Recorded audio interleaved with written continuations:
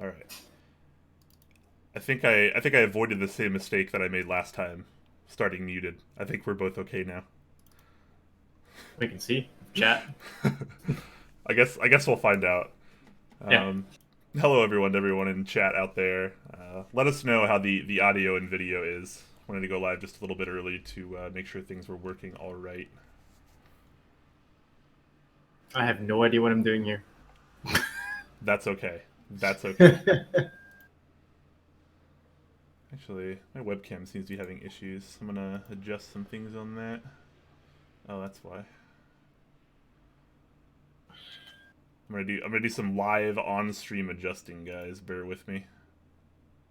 I know this is gonna look stupid, but that's what the pre-show's for, honestly. Looking stupid.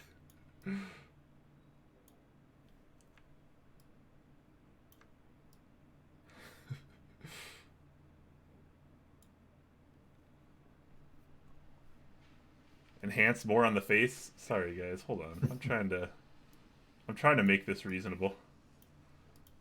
For whatever reason, so I have a 4K webcam, but for whatever reason, when I use the 4K, it's like super duper delayed, and it feels and looks really strange. So I have to like actually downscale it to 1440. I mean, if they were looking at keyboards, it'd be like, okay, cool. Looking at our faces. Yeah, you guys don't need to see our faces anyways. It's, you guys see my face too often as it is. I see my face too often as it is. Does everything sound good out there for you guys, though? Is either of us too quiet?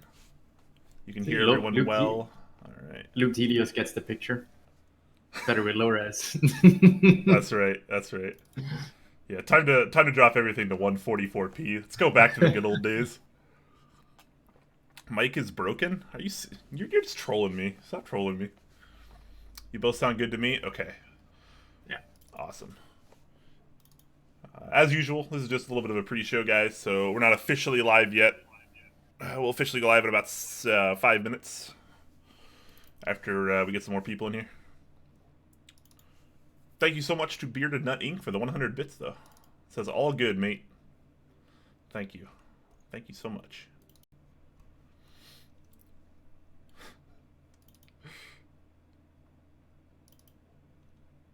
I can hear both of you, but I can't hear chat. Really? That's unbelievable. I'm surprised you can't hear chat. What's some next level big brain stuff? That's really big brain stuff. Yes, absolutely. Sounds okay. All right. I reckon Salvan needs wider headphones. Gotta turn it into a meme.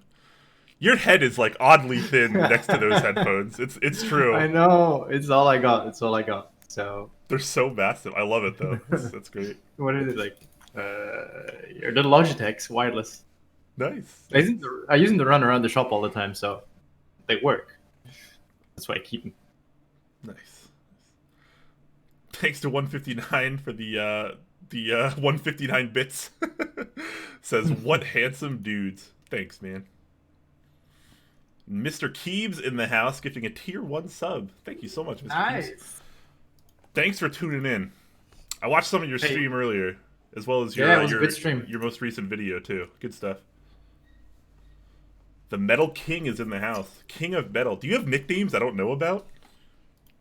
Apparently. Do you have nicknames that you don't know about? Probably, yeah. I get named a lot of things. That's amazing. Yeah, it's not King of Metal. I want a cool nickname. Man, you guys... I'll never be cool. You come over, you make keyboards with me, and then, I mean, we can figure something out. Is that what I need to do? I need to go be cool. Manufacture keyboards. I have the easy job. I just talk about keyboards. Yeah, bespoke. I just talk about keyboards. That's not nearly as interesting as making them. King of Holy Panda. Oh no, please. Please no. I don't want to have anything to do with Holy Pandas anymore. I just really don't. Tiger King? That's like that show on Netflix that everyone's been obsessing over, right? I haven't seen it yet.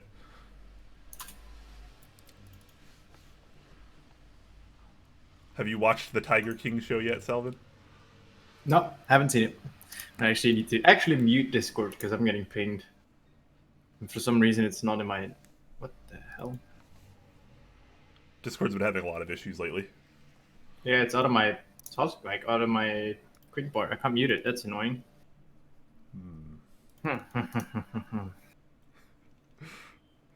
Budget host? I'll take that nickname. That's probably pretty accurate. Jay says, you don't reduce Salvan's image quality? Yeah, well, I just gotta reduce yours. I can't have you looking as good as me, obviously, wow. Jay. Come on. What is Jay even doing up? It's pretty late for him. Isn't it 3 a.m. for him? He's like 8 hours ahead. He's probably 1 a.m. for him.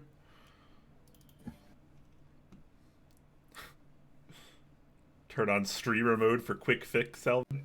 That's true. Discord. I have no idea. I have no idea what I'm doing with this. So. Yeah, I actually don't even know like where you turn it on. Is there a thing? There's a thing. No idea. We'll get through this. It'll be okay, guys. It'll be okay. I'll be able to ignore the pings. It's fine. Yeah. Fine.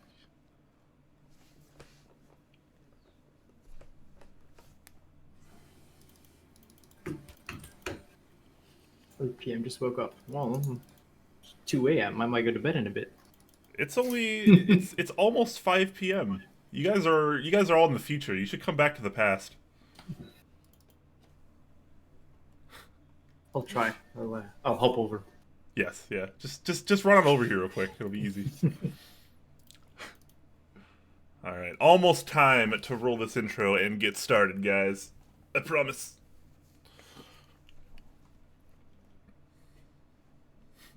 Keeps getting earlier. That's a lie. Yeah, no. What are you moving? What are you moving your workshop over to America? Just kidding. Don't come over here right now. The wife doesn't let me though. That's. Well, she probably has the right idea. Let's be honest here. America is pretty crazy right now. That's for sure. Yeah. We had the brunt of it first, and now you guys are dealing with it. It's just like it's gone here. And let's be honest, America is not dealing with it very well. We'll see. Yeah, we'll see. I mean, that's what every country thought the first time they got us. Like, ooh, this is bad. That's fair. Yeah. And then they see that, and then they see the next guy being like, he's doing worse. For good. Oh man, I love it. All right. It is 5. I'm gonna roll the intro. We're gonna get started and have a good time. Roll the intro now. They can't hear us. Oh, wait, they can't because I keep forgetting to do that. Yar har har. Just act like a pirate. That's what you gotta do. Yar. Yar. Top Clack quality at its finest. They can hear you. Apparently, you can hide. Anyways, hello everyone. Welcome to this episode of Behind the Keyboard. This is episode 2. Of this new interview series where we take a little bit of a deeper dive into some of the lives of the more prominent members of our fantastic keyboard community. And as you can see here, we have the lovely, the incredibly beautiful Salvan with us today, aka the King of Metal himself, as I've so recently learned. How are you doing today, sir? Who are you talking about? The King of Metal, the Metal King. Don't you know? I'm good. Might be someone else down here, but it's just me. You're just pulling people out. You CNC people under your desk. It's like, here's this handsome dude you're talking about. Yeah. You just pull over the green screen. It'll be fine. I'll crop something in. It'll be fun. So let's get started with a little bit of your origin story too, because obviously everyone kind of has a little origin story about how they got into keyboards. And I think a lot of us are curious to hear about yours as well, because I don't think you necessarily have a background in keyboards. So why don't you start us out and tell us how you got into this ridiculously silly hobby? I fell in, literally. I literally stumbled into this whole thing. So I always had I'm an electrician by trade, so I always had the thing of making things. 3D printers, seen the little doodads, working with anything that moves. And I had I think it's about 6 years ago now, an interest in 3D printers. they were too expensive. I was like, fuck that, I'm making one then. Made a 3D printer. That thing was way too small, so I made a CNC machine out of it. Wait. You made a 3D printer, and then you converted that into a CNC? It was janky as fuck, I gotta say, but it worked. I need a quick rundown on how this process worked, because in my mind that makes no sense. So for all the small brain people out there like me, could you educate us on any how that process took place? It's almost as taking a piece of bottle of super glue and something that can cut metal as a spindle, and you super glue the thing on the 3D printer, and there you go. Janky is the right word. All right, please continue. It was janky as fuck, but it worked. It did cut something, and it piqued my interest. So that kind of got all the ball rolling. And at one point, I was like, "Yeah, I need something better. I need something bigger that can actually cut metal without me having a 50% chance of dying while this machine runs." So I hopped on Fleabay and bought a machine from China. Got the machine in, and the first thing I was like, okay, now I need something I can make. Because I wasn't the guy that was like, I've got something to make, I'm going to buy a machine. I was the guy who was like, I'll buy a machine, I'll figure something out. And I made a keycap as something to challenge myself kind of deal. Like, oh, can I do this? Can I make a keycap that fits on the stem? Is that precise enough? I posted that on Instagram, and it kind of just took off from there. So you were into keyboards before you actually got into machining? I got the machine before I was in keyboards. Okay, but a keycap was the first thing that you made? Yeah. Interesting. So what led you to making a keycap if you weren't necessarily in the keyboard hobby? It was a pretty intricate part, because you have the stem underneath is a very deep and narrow slot. Then you have the whole pocket in between. You have 3D surfaces. So it was a part that looked very interesting to make. And sitting at a computer, you have a keyboard in front of you. There were keycaps on it. And it was like, pulled one off. Like, okay, yeah, I can make this. Gotcha. Okay, so like besides the keyboards themselves, do you make anything else too? Because this is kind of your full-time job, right? You are a CNC machinist, effectively. No, I only make keyboard stuff. Only make keyboard stuff, okay. I make boards, keycaps, and synths. And synths are made for artisan keycaps, so still keyboard stuff. Ah, okay. Have you always made the synths? Yeah, from version 3, yes. Version 3, okay. So you've been in the hobby a little while then, so you're not entirely new to this. So would you consider yourself a keyboard enthusiast as well as a keyboard machinist? Are you actually really ingrained in the hobby as well? Do you buy a lot of keycap sets and keyboards? Do you like testing other people's products? It is becoming a very expensive hobby.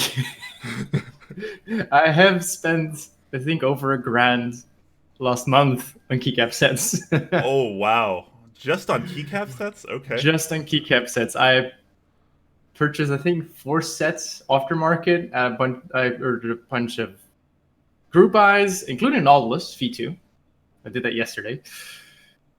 And I got a couple of sets coming.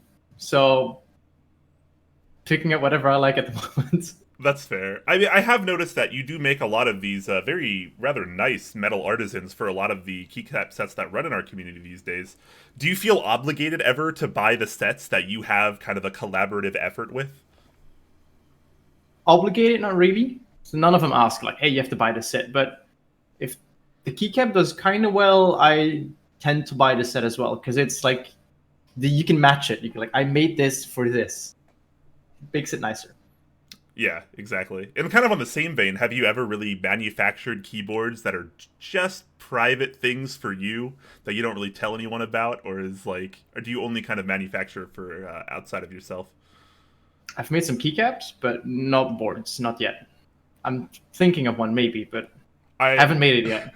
I mean, obviously I'm not in the same position, but I feel like if I were a machinist, I would never stop thinking about the kind of keyboards I'd want to make just for me. The big downside to having a machine like this, it is expensive. It needs to get paid. So you need to make things that kind of pay bills too, alongside of having fun. That's fair. It kind of in the same vein, though. Do you do any design work for yourself as well, or are you kind of just the manufacturer at this point? Do you have any kind of board designs in your head? I have some board designs that are still in like the first half of the phase, but all the keycaps are my design, so they're fully my models. All the work on them is my work. Boards, almost all the boards that we do are from designers, so I have a little bit of input, and like I'd like to say that I try and guide the design to be more machinable, to be more usable than what some designers like straight out of their mind put onto CAD. Yeah. That makes sense. So, I mean, you work with so many designers in the community as well. So, does any one particular designer stand out to be better or more interesting than a lot of the other ones?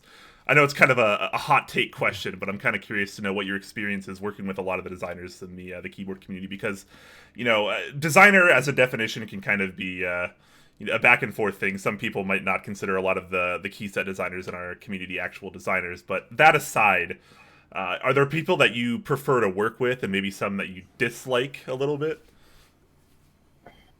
I wouldn't say as much as dislike, but there are people that are more understanding and easier to work with than other people. And how do you put this without I'm trying to stepping on anybody's toes? It's like I'm trying to put you in an awkward spot here. I honestly I do not have any difficult customers. I have they're customers, right? So Sure. I have customers that are picky, sure, but bad, no, not yet. And I kind of hope it's going to stay that way. Yeah, I mean, at the end of the day, it's still a customer service position, and you are effectively working for them as clients. So, I can see that. I can see that outlook. You spend a lot of time on Discord chatting with people just to keep them updated. Yeah, absolutely. I mean, I feel like with that in mind, designing your own kind of products would be like the next step in the Salvan evolution. I'd like to have a Salvun board. I'd really like to have a board that is more tailored to what I do. So I'm definitely looking for something with a numpad on it. Ah, okay. There is works. There is a layout that I've kind of tweaked that I'm like, yeah, that's what I'd like, but there's no full board design around it yet. Something I might do, but I need time. Okay. And you were saying the whole full-time thing. I'm still not full-time. I still work a day job. Okay. What do you do with that day job? I'm an elevator tech. An elevator tech. All right. See, Yeah. people have the coolest backstories in this community. Elevator tech buying a CNC from China, and then now he's part of the keyboard hobby, making keyboards for some of the most popular designers. It's such an interesting transition for so many people. So now that you've been in the hobby for a little bit, do you find that there's anything maybe negative or lacking in the hobby that maybe you'd like to see more of? Less drama. That might be something. Less drama? Yes. There's sometimes a lot of drama around little things, so that makes you think twice sometimes about saying something. But apart from that, I think we should just take it as it grows and kind of try and steer the community with our good judgment into the right direction instead of trying to look down onto it. That's the right word. Yeah, so maybe a little too much elitism in some of the areas of the community, you might say. Yeah, there are certain groups that are that. This is difficult. You're really putting me on a spot, isn't it? Yeah. That's the whole goal with this show. If you're comfortable through all this, I'm doing something wrong. There's definitely areas where you think like, should I say this here? Should I or shouldn't I? And that it's sometimes difficult water to navigate. That's fair. I'm never gonna try to force you to answer a question, but if you feel like answering some of these, we're here. We're here and we're curious. Sure. All right. But, that aside, or maybe just putting that on the back burner for now, maybe looking at something a little bit more positive. From the inverse side of things, how do you feel the community is currently maybe succeeding or, maybe have been taken in a more positive light lately? What have you liked to see lately in the community? What has made you happy? The appreciation. There's a lot of appreciation in people that try and help out other people. Especially now with everything that's going on right now, you see a lot of people like what you guys are doing, giving out game codes. You see other people giving out sets, giving out coupons, gaming with each other, and just having fun on this. That's awesome. I love it. And I jump into voice channels here and there as well, just to have a chat, mess around. Yeah, there's definitely a lot more people around these days with everyone kind of isolated. And I guess while we're kind of on that topic, I don't want to talk about it too much because obviously we recently had that COVID stream, which you were a part of, and we had kind of a big group discussion. But just for maybe a more fine-tuned, perspective, how do you feel that this kind of current pandemic will affect our community overall, the keyboard hobby, as well as you as a manufacturer moving forward? Tricky. I think we're gonna have to wait another couple of weeks before we really see the effects. I'm already getting here and there some people that are like, I'm gonna hold off on this until this whole Corona mess is over. Yeah, you're gonna have that, but really big effects, not yet at the moment. Although I am expecting some backlash from all that still to come. I am expecting group buys to do less good, less well, and some group buys to just push back to wait for better times. It is making me rethink things as well, because before the whole Corona thing started, I was really thinking of quitting my day job and being like, okay, I'm going full time, diving straight into this, and I'm going to give it my 110%. And at the moment, I'm kind of thinking, should I quit my day job, which is secure, it's good pay, and I can do something I like as well. Like I'm a tech, I run around and fix stuff all day long. I mean, still love doing that. And I'm good at it. Should I drop all that right now to pursue this keyboard business and then maybe regret it in 5 months, or maybe not? Yeah, I kind of get the same feeling as well. It feels like the community is very uncertain right now, and nobody kind of understands like what could happen. But I know it was only a couple weeks ago we had that special COVID stream when we were talking, and I know you as well as some of the other people were mentioning that business hadn't really slowed down yet at that point. There were still tons of orders coming in, still tons of people spending money, and still tons of people wanting to pursue projects, either with you or otherwise. And it's kind of interesting to see that just after 2 weeks, that's already kind of starting to slow down. And I wonder what that's going to look like 2 weeks from now, 4 weeks from now, 8 weeks from now. Yeah, definitely. It's also just the mental state of, is it going to slow down enough to impact me really badly, or is it just going to be a bug in the windshield? Yeah. Hopefully it doesn't get too bad. It would suck if people like you just weren't able to do very much work in this community, because a lot of people are very appreciative of the work that you do, and it's really nice. So hopefully it doesn't have too big of an effect on manufacturers like yourself. I hope it's going to stay going well. But again, people don't need to buy if they can't buy. Like, if people don't have the money right now, then save your money and spend it on your family, spend it on your own well-being. But I hope people will have money to spend in this community, because that also shows that everybody is healthy and wealthy enough outside to actually do that, to enjoy the things they want to enjoy, which in this case is keyboards. Yeah, definitely. Okay, so just take a little sidestep from that. So it's pretty obvious now that a lot of people in the community are quite happy with a lot of the work that you do. More and more enthusiasts lately seem to be wanting to work with you, which is always a good sign, obviously. Is there kind of a reason that you think that people are choosing you, or could choose you, or should choose you, versus, let's say, outsourcing to China manufacturing, which is what generally happens in this community? Well, I think that's the best question for people who actually ask me stuff, and then you can ask them why they ask me. But what I think and kind of feel that people really appreciate is the fact that you can talk to them. I can jump into the shop, grab my phone, and take a picture of something and send it to them, or be like, hey, I found an issue here, can we fix it? And talk to them in English and fix it together, instead of having to go through a translator and then deal with this and deal with that and maybe get it wrong and then get a part that's completely not what they wanted. Yeah. And something I've kind of noticed that I like to add on to that is just like, I think it's a lot more important than some people realize that you are a part of this part of this community, rather. Like, you're right here with us doing this interview right now, and I mean, would another manufacturer that didn't care about keyboards do that?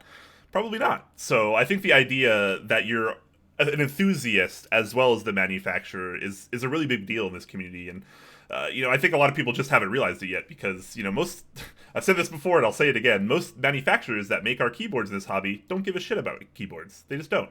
The designers sure do usually, but the manufacturers not so much, and that's because we outsource a lot of it. But to have people like you in the hobby that can manufacture from within that are also keyboard enthusiasts, it's a really big deal, and we're starting to see a little bit more of that as you do more work, and also with the recent news of KeyCult getting a CNC machine themselves. So it's gonna be kind of interesting to see how things kind of progress with both of you as we move forward in this hobby. Keycult's doing well. They got their machine and they're doing well. I can say, so cool though. I'm a bit jealous of what they got, but they're doing well. They're doing really well. Yeah. So, kind of on the same vein as outsourcing manufacturing versus something like you, what problems would you say have you seen with other manufacturers? Whether it's the quality of their components, or maybe their practices or other variables. Do you think that there are manufacturers out there that just do a way better job than you, or do you think that you're kind of doing the good stuff right now in the keyboard hobby versus what everyone else is sort of doing? There's probably people who do a better job than me. I'm not really one of those people that sings from this high horse, thinks he's the best. No, that's probably someone better out there than me. But I try my best, and I will always keep on improving and try and make things better than I did before. I've seen a lot of bad Chinese machining though. Let me call it that. There's also good stuff. There's really nice boards that came up perfect, and I try to be as high of a quality geek as I can, because I'll go through parts and just trash them if there's anything on them, right? But it's always finding a little bit of a balance between some flaws getting let to go through and being too much of a perfectionist. Yeah, I think at the end of the day, machinists, arguably like designers, are effectively artists in a way. And a lot of them kind of have this mentality. I'm not sure if you have it as well, but it seems like nothing is ever good enough when you put out a project. You're just never quite happy with something. Somewhere. You're always trying to make it better. Yeah. I'm still working on Bliss right now. And the reason we're still working on Bliss is because I was way too picky. So we made a whole bunch of caps that were polished, laser engraved, and clear coated.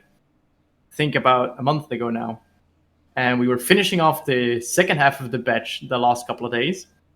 And you just saw that the batch from a month ago was just a little bit not as nice as the current batch. So we decided to scrap all those and just make new ones. Yeah. And you know what? I think that could be one of the big differences between outsourcing a lot of the manufacturing versus someone that, is so consistent and cares so much about quality from within the community. Because, truth be told, a bad manu or even a mediocre manu might have just sent those out as is, claiming that they are well within tolerance. And it's kind of nice to see that, we have manufacturers that are, able and, willing to scrap some product for the sake of better quality. And I think that speaks volumes. Oh, you got to put out the best that you can. That's a given. There's no way around it. Yeah. And again, of course, there has to be some point where you're like, okay, this is good, and then this little bit above it is perfect. But it's where you put that bar. You can't put the bar all the way to the top because then you're never sending anything out. But you can't put it too low. It has to be very close to the top. Sure. A much tighter margin of error. Yeah. Gotcha. All right. So in terms of some of the work you do, obviously a lot of the people that follow you on Instagram know that you probably have arguably one of the best keyboard Instagrams in existence, just because of how passionate you are, how much you actually put out there. And I think anyone that has not checked out Salvan's Instagram, you certainly should. But also, we talked to you recently on the previous COVID stream, and you had mentioned that you were considering dabbling in streaming of your own, and potentially streaming, the process of manufacturing and QCing and things like that. Has that evolved in any way? Are you still planning on that?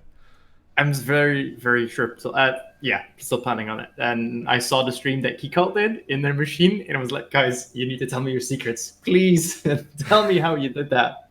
Because like I've done YouTube in the past, and there's still YouTube videos out there. Please don't go look for them; they're horrible, but they're out there. It's kind of a logistic thing because doing YouTube takes up way too much time. I can't do that. I'm gonna spend more time on editing videos, and I'm gonna making keyboards. So streaming is something that you can do while you work.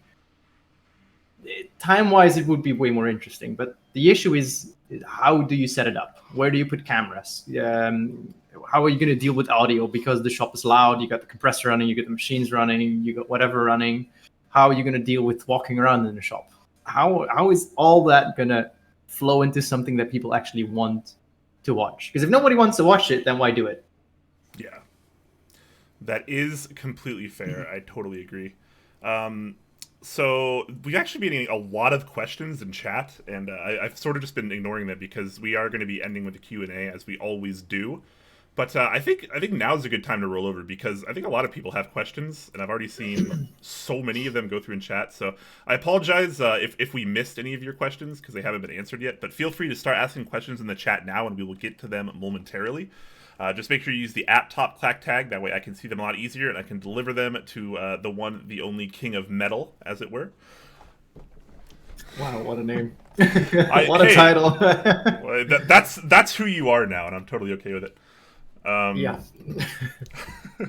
Looks like 10 Strong is going to start us off today with a question asking, do you use a 3D scanner? Saw one of those budget ones the other day. No, I do not. 3D scanners are either just not accurate enough or way too expensive. So, no. That's fair. And again, people, if you asked a question earlier, feel free to go ahead and repeat it now with the top Clack tag so I can see it a little bit easier. Depleted Vespine asking, what is the weirdest, not necessarily good or bad, object you have ever machined? That's an interesting one. The weirdest object I've ever machined. I've only really machined keyboard stuff, so it has to be a keyboard. All right. So, what's the weirdest keyboard you've ever machined then? The weirdest keyboard. Can I make that? Can I twist it a little bit and call it the most complex keyboard ever? Sure. I'd say the doppelganger. Definitely. That's still kicking my ass to this day. Doppelganger. What is it about that specific board? There's so many angles and plane angles and intersections, and it's really, really tricky to get it to work. Just like fixture wise, not getting vibrations on your tools, getting in there, like, it's a little bit of a mess, but I'll get through it. Yep, makes sense. Enemy is Friend is asking, metal slider with lower tolerances and less wobble? I don't know. Maybe, but I don't know. It'd be very, very tricky to do, I think, though, because metal on metal is not always the best. So you need to have some plastic in there, or something else. Maybe some aluminum bronze as a guide bushing or something could work, but I don't know. All right, fair enough. 10 Song with some more quite good questions, actually. Do you prefer the level of control you have normally with designers, or would you like more? No, I do not want more control in the way that I was very open. I tell designers as well, like I will suggest things you could change and might be for the better, but it's still your design, it's still your brainchild, so don't let my suggestions break the style of your idea. Yeah. And I kind of like it there, because I don't want them to ruin their idea, to ruin their design, just so it's easier to make. Yeah, exactly. At what point does it stop being the designer's design, when someone else has too much input in it? Yeah. Yeah. Very, very interesting. Tesserong also asking, are there any CNC initiatives regarding COVID-19? Like how bag making companies are swapping to mask production. Glass blowers are helping make respirator splitters. I'm wondering if there's anything like that for machinists. So is there anything, any kind of proclamation or initiative saying that as a machinist you should be making products that are helping the community? Not much that I have seen at the moment. There are some initiatives coming up for people that are trying to make injection molds for certain things. So I have like the headband face shield thing. I've seen people actually make injection molds to then give out free to injection molding places. Not something I'm really into because I don't have the tools or the molds or the know-how to actually make one of those at the moment. Machining is such a very expensive process. It's not like 3D printing. You set it up and you pump out a 50-cent piece of plastic. You pump out blocks of aluminium that are $50 a piece with tools that are $100 a piece, and you need like 25 tools to machine a part. Yeah. Although we could more work towards something financially. If people have money to spare, make something that you can sell and then give out the profits to COVID-19, how's it called? Benefit funds. Yeah, like a relief fund kind of thing. Yeah. I feel you. Enemy's friend is asking, follow up on metal slider, air bearing. Air bearing works if you want to put a compressor on your keyboard. Please don't do that. Oh, man. No, don't do that. Ron DG is saying, please consider making knobs. So yeah, we've seen a lot of metal kind of artisan-esque knobs in the community lately. Is that something you're interested in continuing doing? I think I've already got like 25 people asking me for knobs. All right, so Salvan's knobs are coming. I need time.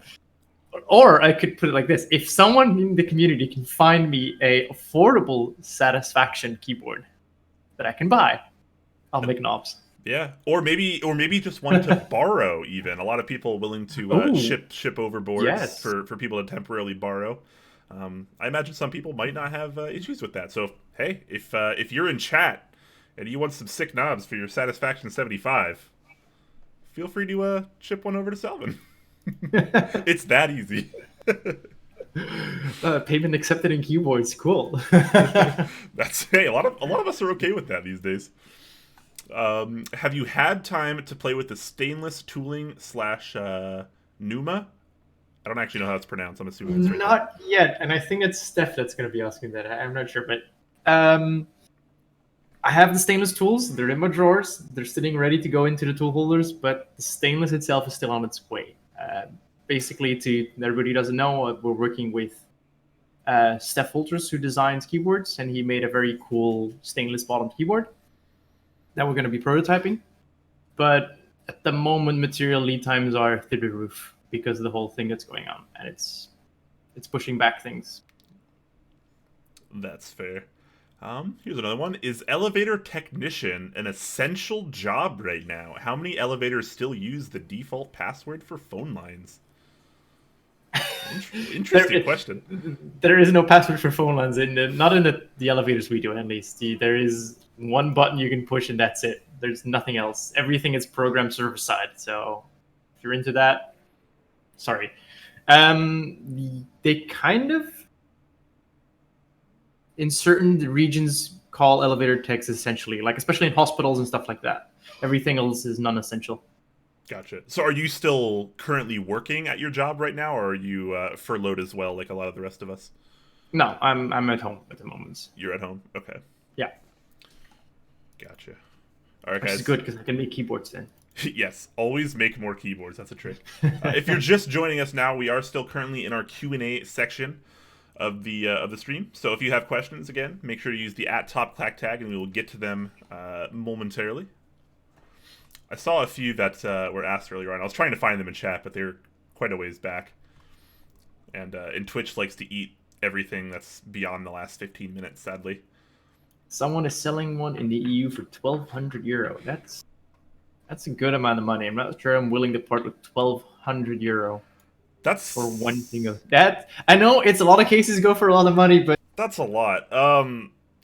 Actually, this is a good time to ask you, just for my personal curiosity. How do you feel about some of the more intensive markups we have on custom keyboards? What do you think about these $1,000 class boards or $2,000 class boards? Do you think it's ever worth it?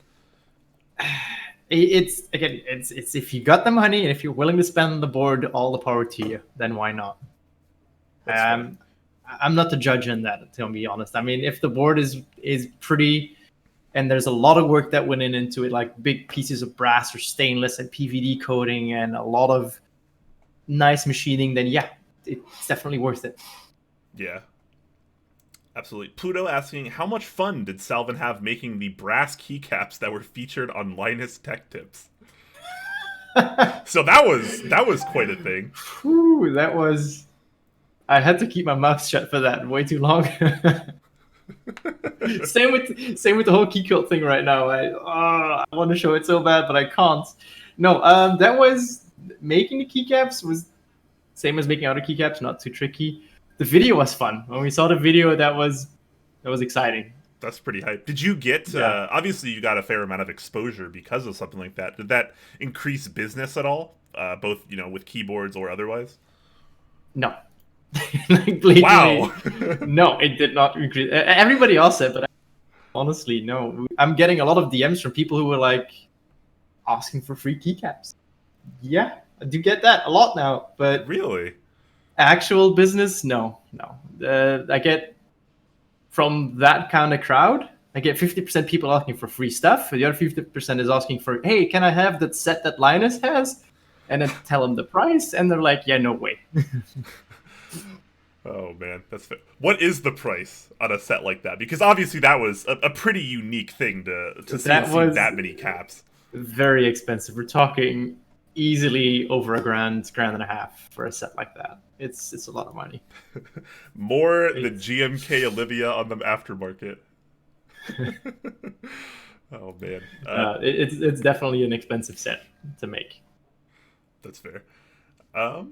Tiggled Bit is asking, where is Salvan from? Belgium. All right. So the center of Europe. Fantastic. And that you're native to there as well. That's where you grew up, or are you from somewhere else? Okay. No, I'm native here. Yeah. English is your second language, then, correct? For me personally, yeah, but not for our country.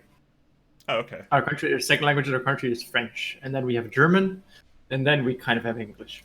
Gotcha. All right. Enemy is asking, why not make your own Satisfaction 75, or at least a mock-up?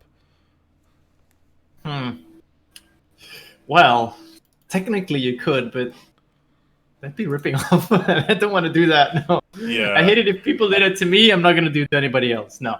Sorry. Can't do that. Yeah, that's fair. I think the idea was he was insinuating a mock-up just for the sake of testing the knobs. But, I want to have one. I don't want to test the knob. I want to have one. Oh, guys, he actually just won a Satisfaction 75. Yeah. Please send him one. And I'm using this as an excuse. Hey, I like it. I respect it. It sounds like 10 Strong is potentially offering you his Satisfaction 75 for a prototype. That could be a thing. Yeah, could be. No, but the knob thing is becoming a hype. I guess. Yeah, there's a lot of people asking for them. People want those premium knobs, man. Apparently. People can't get enough of that premium Salvan knob. Polished shiny knobs. And then go on my website, it's like, I want to buy my knob. Oh my gosh, yes. The knob jokes really never get old. I gotta be honest. Never. Nope. Make a knob that's an actual knob. You should make a keyboard knob that's based off of a doorknob. That's what I would do. Yeah, could do. People selling the Rama knob for $100 at minimum. That's expensive. Wow. That's impressive. Wow. That is how do you? I know this might be a touchy subject, but how do you feel about like Rama products and Rama artisans? Because obviously you guys compete in a lot of the same space for some of these more premium metal options. Do you have any hot takes on that? I don't know. That's fair. I don't talk much to him. I think I talked to him in the past a little bit, but it didn't look like it really hit off. I mean, he does his thing and I do my thing. Okay, that's fair. I think it's fine. Lay Brother Jones is asking, can you make a titanium case, or will it be too expensive? You could, and it'd be definitely very expensive. Have you had a lot of experience working with titanium in the past? I have worked with titanium, yes, and it is super slow the machine. The tools wear out super fast, and the material is expensive. So you'd probably it's say expensive. maybe not so conducive for the keyboard hobby. Not for your wallet now. That's fair. Do you think there would be any benefits to having a titanium keyboard versus, the more standard materials like aluminum or steel or brass? I mean, you could drop it on your toe, and your toe will be broken. The keyboard wouldn't. That wouldn't be. I mean, yeah. There you go. That's reason enough to buy a titanium keyboard. It would be strong. You could send it to space. That is fantastic. All right, T-Zark is asking one-offs. I'm not entirely sure what he's referencing here. If he's asking... one-off projects. Yeah, got a lot of people ask me for one-off projects, and it's one of those things that I'm like, it'd be cool to do more of, but it's so expensive to do, and I hate overcharging. But you have to on project like that because you're spending a week to 2 weeks just on that one keyboard, and then you have to tell them like it's very expensive, and then people come back with disappointment because it's more than $300. Yeah, that's fair. J-Chef asking about Damascus. How about Damascus caps? Are those still happening? They should be. I'm kind of waiting on my keyboard because David, hurry the fuck up. All right, we won't get into that one. Yeah, it should still be happening. David just needs to find the time to actually set up the little raffle group buy thingy. Fair enough. All right, Enemy is asking what 7 to 8 sets were on your list. I assume he's referencing the $1,000 you spent on key sets last month. A lot of aftermarket stuff. But I bought Bento. That was expensive. I bought GMK Lunar. I bought what is it now? Nautilus V2. The other one, the other space probe one. Come on, I forgot the name. What is it? The Apollo? blue and gray? No. Oh, blue and gray? The space probe one. How can I forget about that one? It already ran, so I bought it secondhand. Not Apollo, not Lunar. Finished. The Space Voyager. There you go. Yeah. 10 strong, coming to save me. It's Voyager. Oh no, it's actually Enemy of Friends. Yeah, he had it first. Fantastic. Space Cadet would be awesome. I would love a set of Space Cadet. Be very fair. Yeah, Space Cadet's pretty good set. I gotta be honest. Yes. I'm really into space stuff, and I know that Space Cadet is not space related, but just the name kind of want to set. Yeah, all right. That's fair. Christopher is asking, what is your favorite project that you've worked on so far? And just because I want to make you uncomfortable, what's also your least favorite project?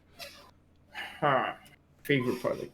My least favorite project is also the first project. And not because I hated the people or hated the board, because of how bad it went.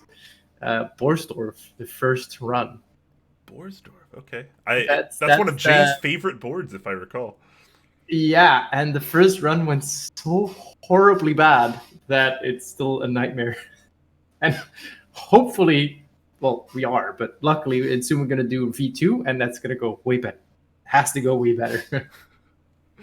Gotcha. All right, so what about your favorite project, then? What have you enjoyed the most?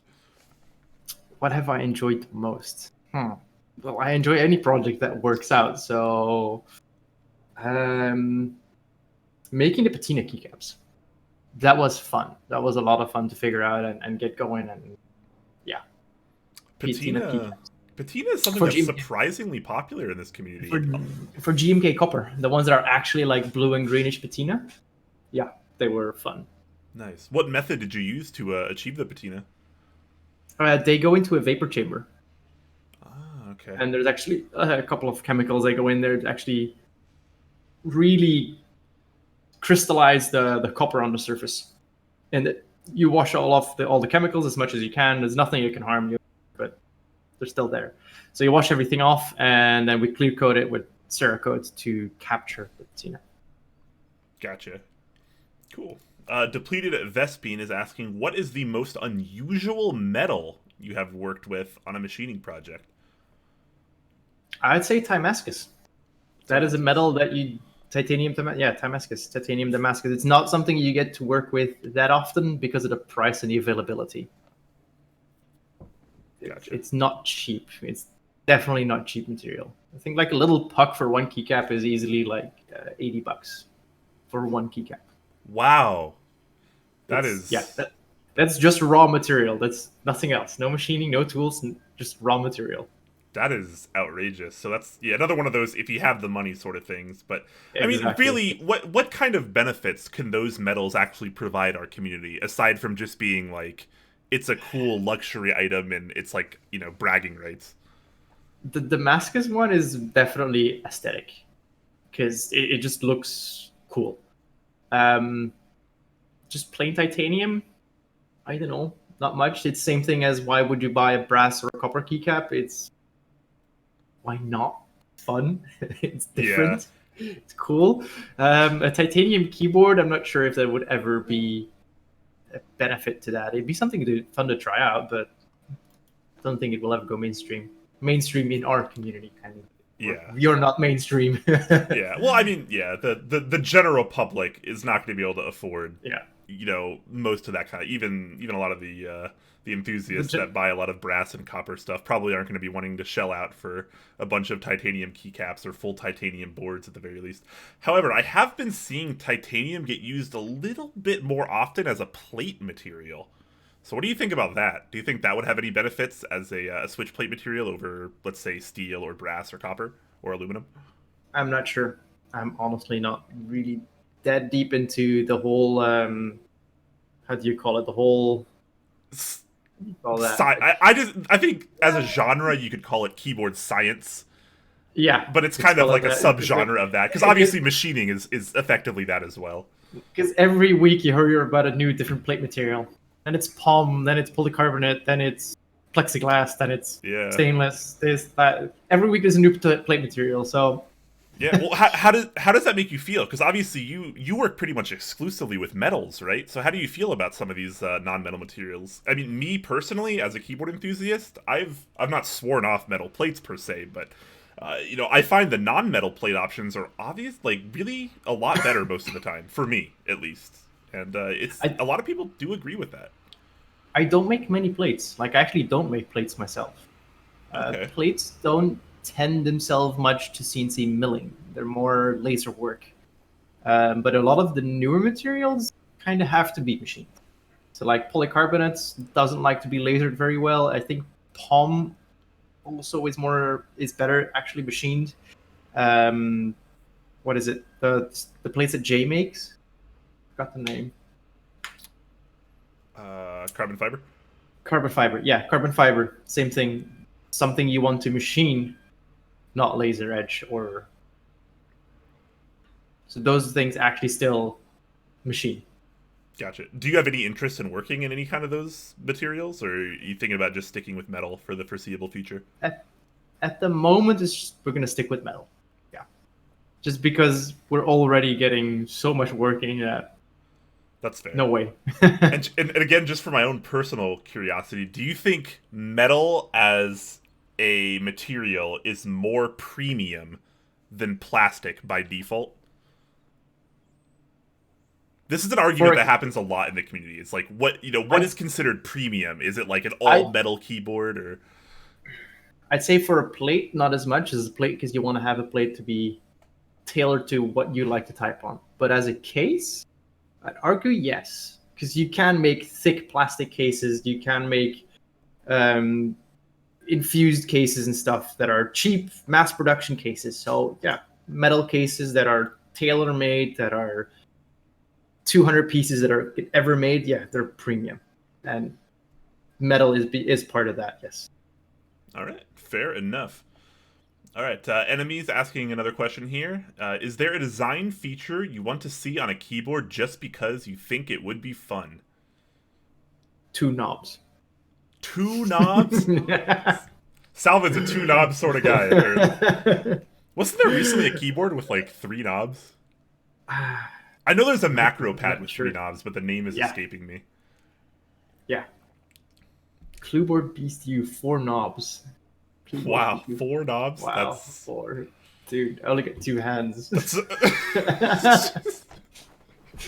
I think we now know Salvan's Pornhub search history here.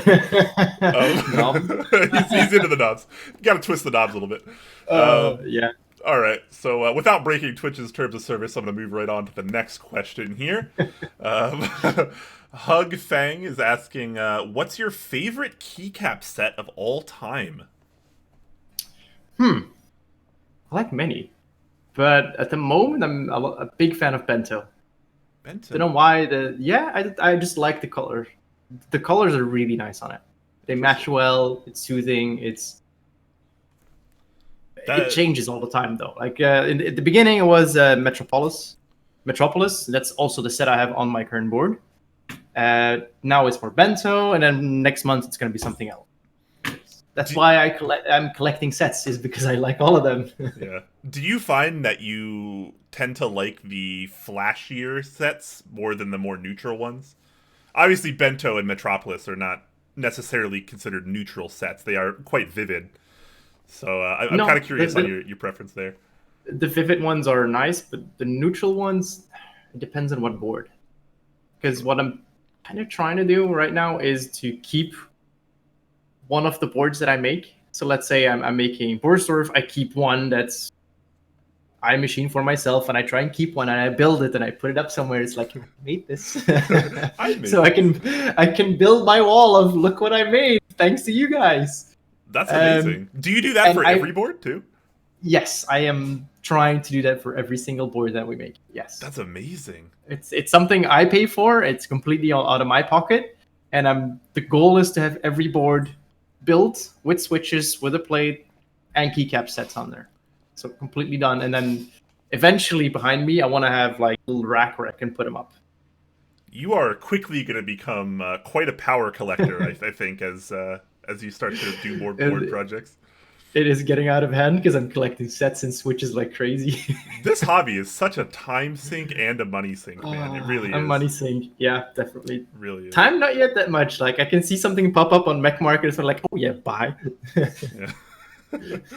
Lubed Helios is asking, how many layers was the Damascus block?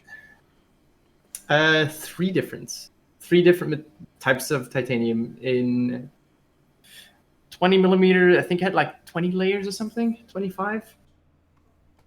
Fair enough. It was a cheaper one because I want to start with the cheaper blocks. I've got a block that's way more dense, but it's way more expensive. Yeah, harder to experiment with materials when they're so expensive, I assume. Yeah, it's painful Yeah. when they go bad. I can imagine. Mr. Keeps gifting a tier 1 sub to Fate. Thank you so much for that, Mr. Keeps. Always a pleasure to have you around as well. And Upas in the chat as well, gifting subbing with Twitch Prime, says hi Quakeums and Salvan. Hello to you as well, Upas. Glad to have you. Good evening. Depleted Vespian is asking, is there some metal you haven't worked with yet but want to in the future? Magnesium. Yes. That's quite a light alloy, if I recall, right? It's lighter than aluminum. It is very light, but it'd be something I kind of want to work with it at one point, but then again, it's also super dangerous to work with. Is it? Why is that? It tends to set itself on fire. That's and a magnesium fire. You do not put that out with a simple fire extinguisher. That's about as valid as a reason I've ever heard. That's quite interesting. Is magnesium stronger than most aluminums as well? I think it's a bit stronger. Yes, it depends on the blends and everything. Sure. You have like 7000 series aluminum is super strong, but and again, strong is how do you define it? Because you have things that are. You can bend more, but they won't break. The things that can don't bend as much, but are more brittle. So depends. That's fair. Ted Strong asking, do you prefer to do more industrial designs or more refined designs? Or is that too much of a factor? Or is that not too much of a factor when machining? It's not too much of a factor, to be honest. I like multiple. Because the Luna board that we're doing right now is very industrial looking. Compare that to the Konona is super design because there's like no screws outside, lines and angles, everything has to match up. So, is Konona how you pronounce that board? I think it is. Canona? Okay. I mean, I think I've just been calling it the Canone, but I'm probably wrong. I think it came from Concept 1. That is what the name is derived from. Oh, interesting. Okay. Yeah. You should put that out there more. That's a fun fact. That's a fun fact. Yeah.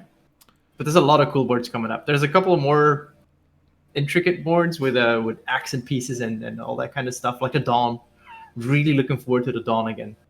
The Dawn is a really interesting looking board. We made the first prototype, and there were some issues with the accent piece in the back. So that's getting figured out right now, and it's going to be awesome. And I can't wait to machine the second version, to be honest.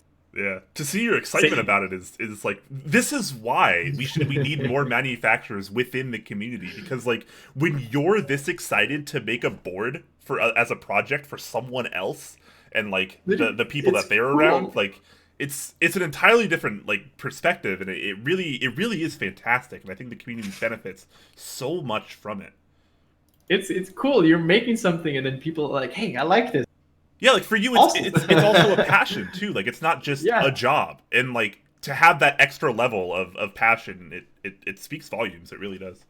It's the only way you can keep it up, because I pull days now. I wake up late. I don't like waking up early, right? So I wake up around like 10, 11, but then I work until 5 in the morning. Yeah. So, and the only way you're gonna keep that up is if you really enjoy what you do and really into what you do, because if you don't like it, you're not gonna ever keep doing that. Yeah, I imagine if you didn't like it, it'd be quite mentally and physically fatiguing to just work those long hours day after day with that little sleep. Sleep with that? I don't know, man. I had some one time. It was fine. It was nice. It was fun. Gio is asking, what about machined polycarbonate cases? Are they less premium because they aren't metal? So this is harkening back to the premium conversation we had. I'm not as much a fan of polycarbonate. There is accent pieces of polycarb that definitely work, like bottoms that you have like a piece shining through, or side strips, or definitely. But a full polycarbonate case, I'm not that much of a fan, personally. Just because the material is annoying, to call it that. It tends to stain. It doesn't like oils. Putting screw threads into it is a pain in the ass. You have to use those helicoils to make reliable threads. Maybe not worth it in the community, you think? It is, and there are a bunch of polycarbonate cases, and I think it tastes, but I don't like it as much. No, it's not. I do make some polycarbonate cases though. Do you? Okay. Yeah, UD40 is one of them. All right. Small 40% case. Enemy is asking, is there a keyboard you made that you don't like typing on? Ortho/split, maybe? I'm gonna be honest. I only have one board built up to this point from all the boards that I have laying around. It's bad. You need to come hang out with the Top Clack Discord more. It's so bad. I think I have the stuff to build at least 4 boards. And I only have 1 build. How many? So you have 4 boards on standby that you haven't built yet? Yes. Shame on you, Salvan. I know, but I gotta make keyboards. So you. I know. No excuses. We're gonna make a keyboard enthusiast out of you yet. So at one point it's gonna be like, guys, your keyboard's delayed for 2 weeks because I'm building mine. that wouldn't fly. That's what you should do. Just shut down for like a week and do all of your personal stuff, and then go back to work. Build keyboards. I don't think it's gonna work. Hugfen is asking another question here. Is it possible to mill a pretty good case with a 2D CNC machine? Interesting question. A tray mount, I think you could. Yes, to be honest. Something like a tray mount, yeah. Fair enough. I think there are maybe some more if they're designed for it, but definitely a tray mount. Yeah. Okay. Chris is asking, we kind of covered this already, but we can go over it quickly again. He might have not been here. With KeyCult streaming their machining, have you ever thought about getting back into making content about your manufacturing? Yes. I think we talked about it too. I We want did. to stream too. I'm assuming this user wasn't here during that time, Okay. which is No, fine. yeah. Again, I want to put up a stream in the shop that I can, let's say, every Saturday or something turn on. But the whole logistics, figure out how to do it, where to put the cameras, how to deal with sounds, it's tricky. So if anybody's up to help me out on that, there might be a keycap in for you. There you go. I'm sure people like hearing that. If at any point, if anybody's got the know-how, I'm up to trade.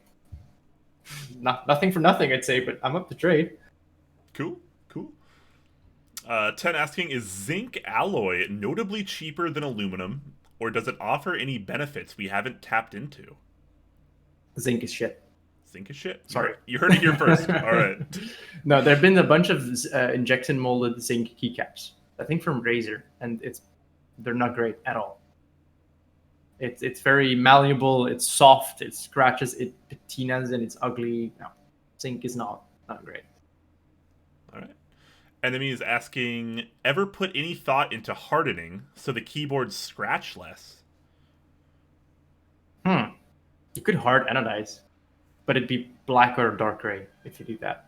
Do you do anodizing in-house, or do you not do any kind of surface treatment besides patina? I used to anodize in house, but it's difficult to say the least. It's very, very, very difficult. So I think about a year ago we decided to work with an anodizer and start outsourcing our anodizing, just because workload, and those guys actually know what they're doing. Yeah. That's fair. Sometimes you have to defer to people that know more than you. That's just the way it is. Anodizing on its own is like, it's a trade by itself, and I'm a firm believer of sticking to what you're good at. Yeah. I like it. I'm good at machining, so I'll give myself there 110%. But if I have to split myself between anodizing and then figuring out machining, I'm going to do a half-assed job on both, and I kind of want to do one really well. Yeah, that is very, very respectable. With that in mind, how do you feel about like surface treatments? You know, anodizing, Cerakoting versus powder coating, all the things that we see, all these techniques that we use in our community these days. Do you have any kind of preference, one over the other, perhaps? Cerakote we still do here, so we still in-house Cerakote. Very cool. Do I prefer one? Anodizing is easier because I don't. But anodizing is way more stressful because I don't do it. Yeah, we've seen kind of this trend in the hobby where a lot of people are moving away from anodizing. People like Norbauer straight up swearing it off entirely. So I'm kind of curious to know, because it seems like anodization is kind of controversial. Some people seem to be okay with it. Some people think it's maybe lower quality than something like Cerakoting or powder coating, or electrophoresis, which we also see significantly often in our community these days. Do you have any thoughts on that? I would not say that anodizing is lesser, to be honest. I'd say that anodizing is way up there to the in between the modern arts. Like finding an anodizer that's really good at what he does and delivers a very nice job and makes your keyboard nice, the color being even, no hot spots, no weak spots, no nothing, that's art. And I really appreciate anodizers that can do that well. And I mean, it's way more difficult than Cerakoting a keyboard, I'm telling you. Way more difficult. That's interesting.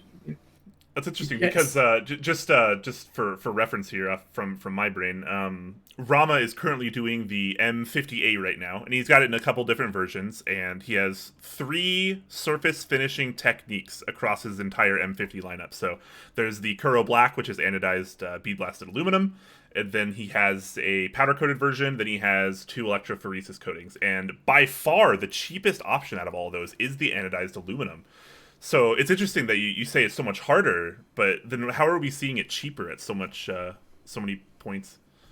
It's done more. There's more anodizing shops than there are PVD shops. Like, I'm still looking around here for decent PVD coders and e-coders that want to work with keyboards, because a lot of those shops are really small medical stuff, because it's a very specialized process, like extremely specialized. So running around being like, hey, can I put my keyboard in the machine you put medical stuff into? Most of them are going to be like, no fucking way, bugger off. Yeah.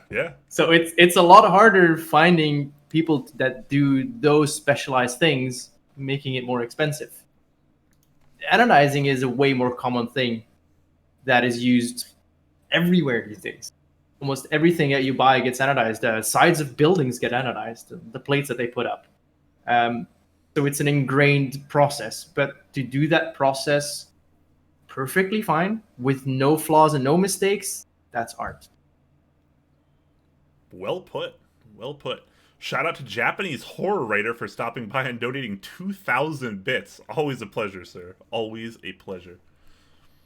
Depleted Vespine asking, would you ever machine something out of, I'm going to make sure I get this right, technetium? I've never seen that word before, so. Technetium? Technetium. No. I got close. No. I've never seen the word. Give me a break, guys. Yeah, no, it's fine. Okay, so never considering that. Could you explain potentially what that even is for someone like me? If I remember correctly, it's one of those super materials. A super material, okay. Yeah, no. It's like saying people come to me like, hey, can you make it out of tungsten? No. Sorry. No way. Yeah. Pluto's asking to please show us your boards. If you happen to have any nearby. But by no means do you have to get up and go look for some. I've got a plank boardy. This is a kotai. Kotai. I believe someone was asking about the kotai in chat earlier, and I missed it. I believe. Yeah, we just finished these. There we go, Pluto. Kotai! Yeah, there you go. Then I have... This is kind of built, but kind of not. Oh, I remember that. How do you call it again? Ivies. Yeah, this is an ivy. It's a brass ivy, and I certified it... What is it? Robin's Eggs Blue? Yeah. And I've got a third one. An actual... chair is squeaky. It's all good. Luna. Ah, okay. So again, this is not built. Keeping up the trend.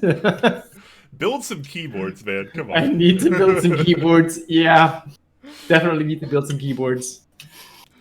Fantastic. Shout out to Not G10 for that tier 3 sub. 31 months. A true legend. Thank you, sir. 10 Strong asking, what colors would you tell people to avoid in anodizing aside from rose gold? Rose gold is very hard to do. That's true. What colors to avoid? Well, none. You can't do white. That's it. I wouldn't say to avoid much colors. Yeah. White generally turns out like a very light silver, right? Yes. Yes, it does. And that's why there are alternatives like e-coatings or stuff like that, because you want to replace it. To replace that white, you want to be able to do a white. But avoid certain colors. No, again, it's anodize. Sorry, anodizing is an art. So if you get a good anodizer, you can do almost any color you like, except white. Sure. With a follow-up question from 10 as well. This is a good one. I'm really interested in this as well. Sorry for the extra Q. How many times can a board be re-anodized before beginning to have noticeable gaps? So is there any downside to anodizing a board multiple times? I think it depends on how tight your tolerances are initially. Because every time you want to re-anodize a board, you have to eat away the original anodizing layer. And we're talking about like 10 to 15 microns on something like this, on like color anodization. So every time you're anodizing that, you eat away, let's say 15 microns of the thickness, the layer that's on here. So you can just start counting that. Yeah. Again, it depends how tight your tolerances are. If they're super tight, then yeah, twice and it's gonna be fuckered. Ah, interesting. Okay. All right. Well, that actually catches us up entirely for the Q&A, and we're just about at our time right now. So this actually went pretty well timeline wise. I think we did a pretty good job here. Hopefully this didn't feel too long or too short for you guys. I'm still trying to test out the limits a little bit since I'm still pretty new to this series that we're doing here. Obviously the show last week with Nathan went pretty far, but the Q&A was kind of intense, and I think that's why. So we're just going to kind of roll with that. We're going to answer a couple more questions before you head out here, just because there's a couple more coming in, but we will be heading out momentarily. A Hug is asking, how much did your first CNC machine cost? It depends. The junkyard one or the one that actually made something? Or both. The junkyard one was maybe $100 because I really scrounged everything I could. $100? Could you imagine, guys, Yeah. in chat right now, making a CNC for $100? Dude, I found stuff everywhere. That's a big brain play. The Chinese one, just the machine, 12 grand. Not shipped, no import tax, no tools, no nothing. Just the machine. 12 grand. Gotcha. Do you think CNCs that are... I mean, obviously I'm not an expert on this, so forgive my ignorance here, but it seems like a lot of nice CNC machines are quite a lot more expensive than $12,000. So do you think there's any kind of like downside maybe to owning a machine that is so much cheaper, or do you think that it still puts out a decent level of quality? I replaced my cheap machine because I couldn't get the quality where I wanted it. Oh, okay, Like, so the cheap machines are they're definitely not there quality wise, reliability, finish, speed, everything. The machine I'm running now buries my Chinese machine easily, but it is 8 times as expensive. that's that's understandable then. Yeah. uh, And that's a cheap machine, to be very fair. yeah, a lot of Talking them. about like industrial CNC machines. Yeah, certainly. Not hard at all to crack that $100,000 barrier, it seems. Oh yeah, no, that's easy. That's 100K is It's like mediocre like, stuff. you get your shopping cart, you put one thing in, like, yep, there you go. Shout out to JSuff, who donates 500 bits. Thank you so much for that. And he says, thanks, Salvan and Quakens. You are welcome, my friend. We are Awesome. we are lucky we managed to pull Salvan away from work long enough to do this. Oh, the machine's running right now. You gotta pretend like you're always doing work, all right? That's the trick to this community. Yeah. You gotta pretend that I'm inconveniencing you right now. That's the trick. Well, let me run away from it. Just grab another beer, then run away. Enemy asking, is there a design feature you would want to make on a keyboard just because it's interesting to machine? That's an interesting question. I don't know. You got something in mind?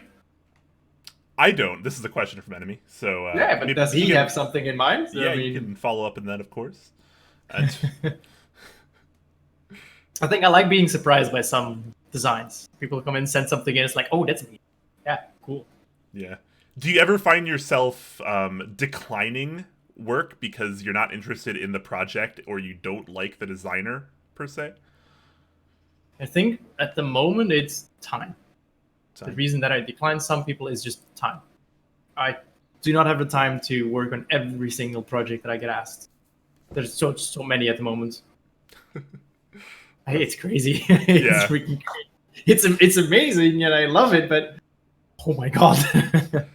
Yeah, this community has grown so much in the last like 3 or 4 years. It's outrageous to think that like now we have people doing this.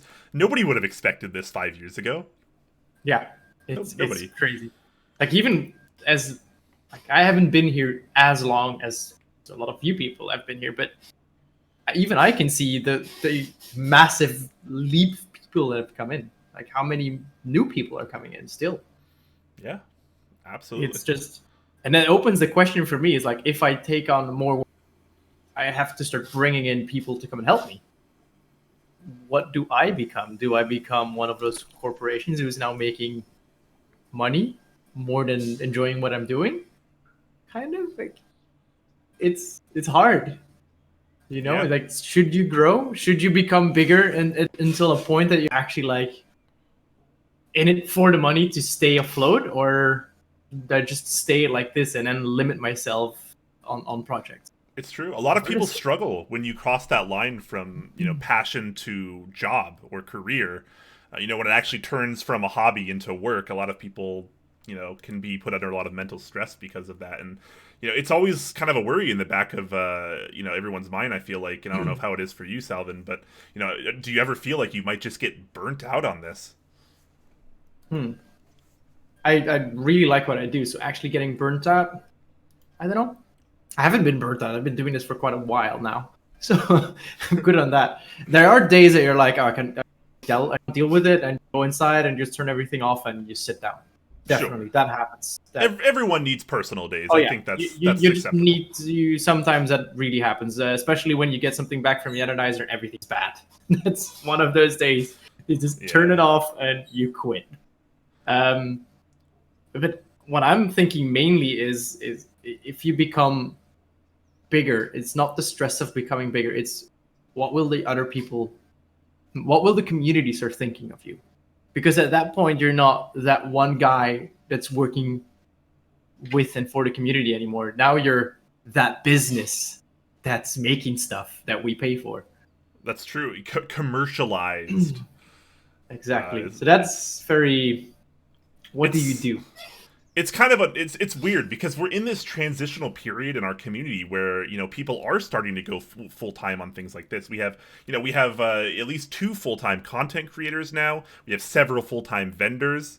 People are making this their livelihood, and I don't see that as a bad thing. But it can be said that people that are putting all this time into, let's say, in your case, manufacturing, that you might not have as much time to actually, be part of the community, to actually be a keyboard enthusiast, and maybe that could hurt your outlook or perspective on certain things.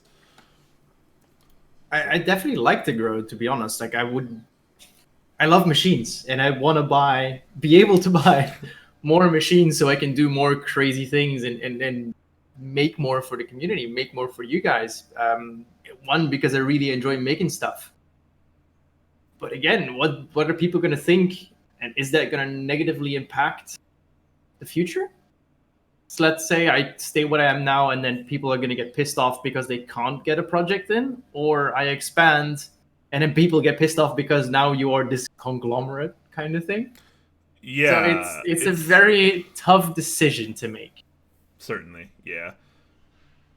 Yeah, and I mean there are a lot of people in this community that really kind of have a negative eye towards people becoming businesses and making any kind of profit, and it's kind of unfortunate because that's just the general direction that this hobby is going. As we grow, we're going to have more vendors that are selling and retailing, distributing things, and more people doing manufacturing and design and whatnot, and it's only going to make our community grow more, and I think it's kind of just an inevitable direction at this point. But you got to take the bad with the good, I guess, and you got to remember that behind a lot of your projects, the designers, the vendors, or in this case with Salvan, the machinists, there's a real person there, and they whether at one point or still are, they are keyboard enthusiasts, and this is their passion, and this is what they like to do, and it's kind of unfortunate that some people can be so hostile and so aggressive and so negative towards a lot of these people just because they, might be trying to make some money for their time.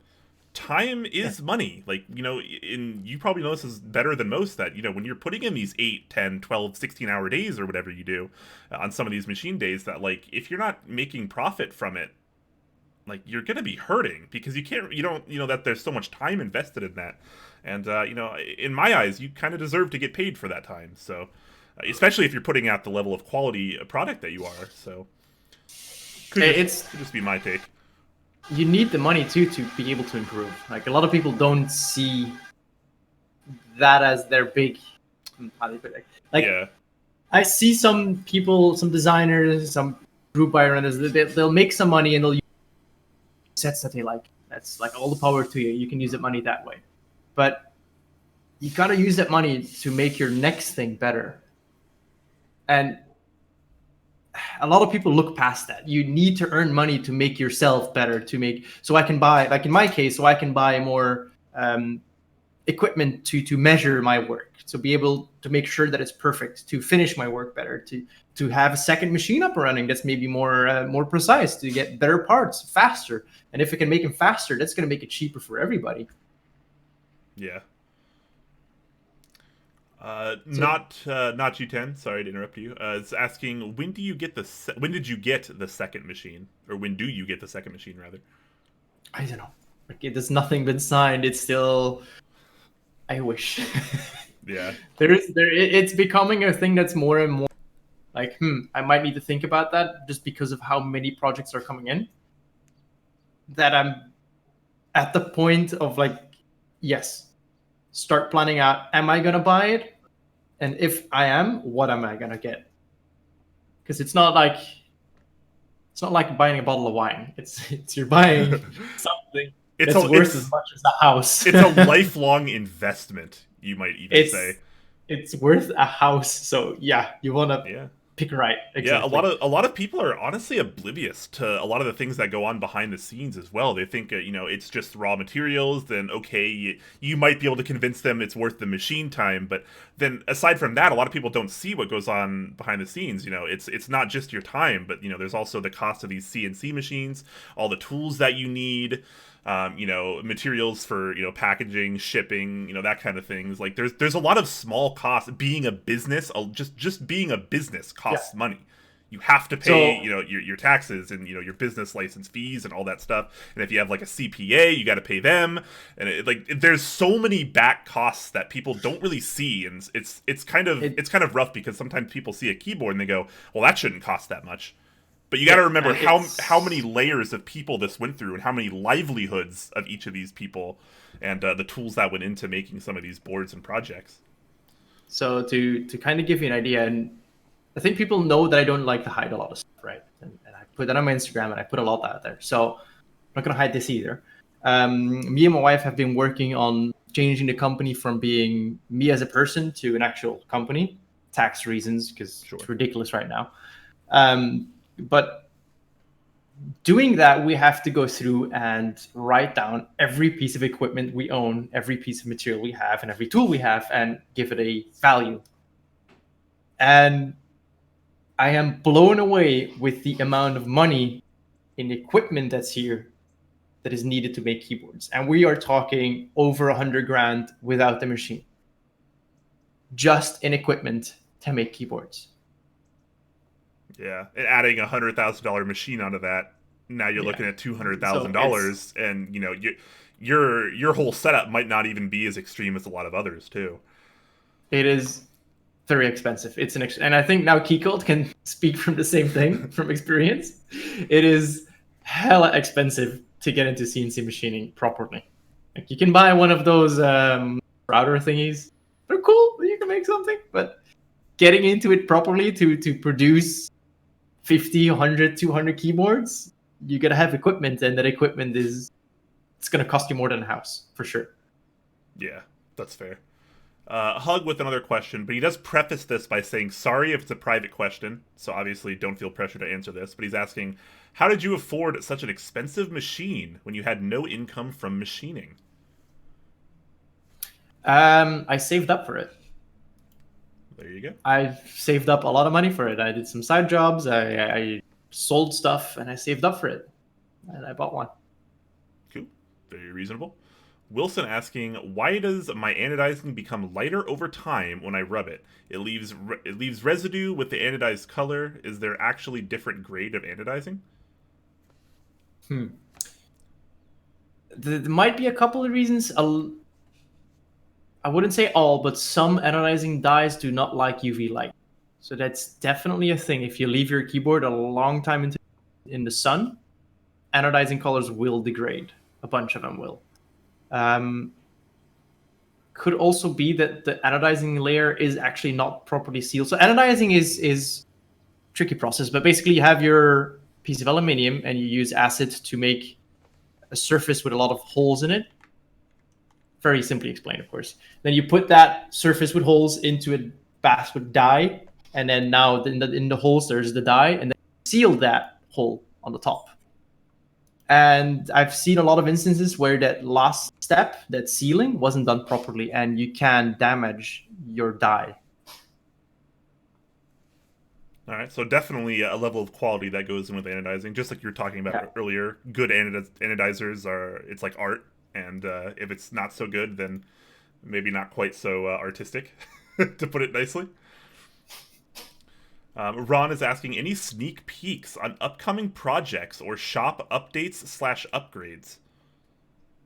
Instagram. If you want to see anything, any sneak peeks, you follow me on Instagram, and I put up. Yep. There's things I cannot share. Sorry. Yeah. AKA sure. Key cult. Yeah, a lot of NDAs probably coming your way, I assume. There is at the moment 4 in the shop. Not terribly surprising. Not terribly. It is very tricky to navigate because you're like, oh, delete that video. Yeah, I remember when we were talking about on the kind of collective stream, Jay was mentioning that you had accidentally showed something on your Instagram that you maybe weren't supposed to. Yeah, don't tell anybody. Okay, you didn't hear that from here. My bad. Today I got pictures from the Anodizer there's currently a lot of stuff there, including the key cult number 3. So he shot pictures of the rack with all the keyboards on it, and I've been sending it to boards that are on the rack, and in every picture I've been like wiping out the key cult. Oh man, that's awesome. What's that board that's crossed stats? Like, it's not for you. It's not yours. So look at it. Stop. Lube Helios, with what's going to be our last question, actually, we're going to head out right after this. He's asking, is the old machine still doing some work? No. It's sitting and is waiting for somebody to buy it, actually. It's not yet for sale, but I'm going to sell it. That's fair. Better to put that money into something else. Yeah. It's just not... It cannot hold the same level of quality that the current machine has, and if you put the two aside, it's like, I pick this. Gotcha. All right, Enemy, this is actually going to be our last question, sorry. Enemy is asking, can you show the planning board? I'm not sure what that is, but I'm assuming it's important. Yes, there's not much on there at the moment that you cannot see. That you're not allowed to see, I'll put it that way. There's key cult number 3 on there, but there's no... So, it's good. Okay. Do you have like an online like project list of things that you're working on? Is that what he's referring to? No, in the shop I have a big whiteboard. Oh, okay. The sections are like, it's in QC, it's in anodizing, it's in machining, it's in design, and has little magnets to lay it out. Still work in progress, but that's what he's referring to. You gotta respect a man with a whiteboard. Let me tell you, that's some. you know you're into art and or science when you're living that life. Absolutely. All right, so that is actually going to be it for us today. Salvan, I'd like to thank you so much for taking time out of your busy schedule to come talk with us. And I think a lot of people learned a lot. I thought I learned a lot this stream, which was pretty awesome, too. This was very educational. And now I'm going to give you just a quick minute to shill whatever you want, whether it's, your Instagram, whatever. I have your Instagram loaded up so I can link it just right there in the chat. So I'm going to put that in the chat. But feel free to pimp whatever you want or shill whatever you want while I do so. I don't actually know what all of your outlets are because you kind of focus on Instagram. So I am chilling. There you go, international kid. No, check me out on Instagram. My main channel is Instagram. Yeah, he puts a lot of work into Instagram, and it truly is one of the best keyboard Instagrams around because you actually get a behind-the-scenes look on what the heck is happening with all these projects. So. That's something I think me and a lot of other people are going to be forever grateful for. And yeah, we're definitely wishing you all the best of luck in the future, Salvan, the king of metal.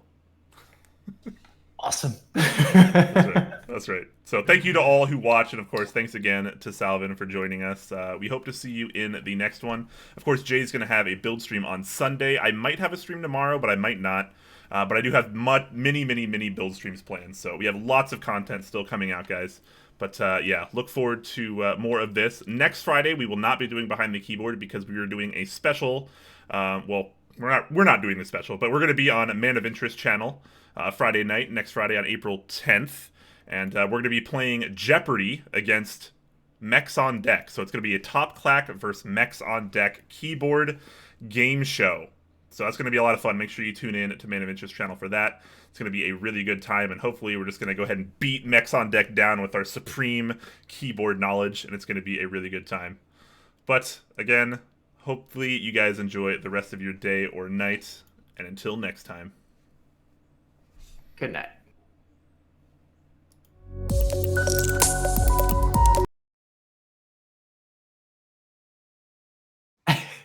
You sure?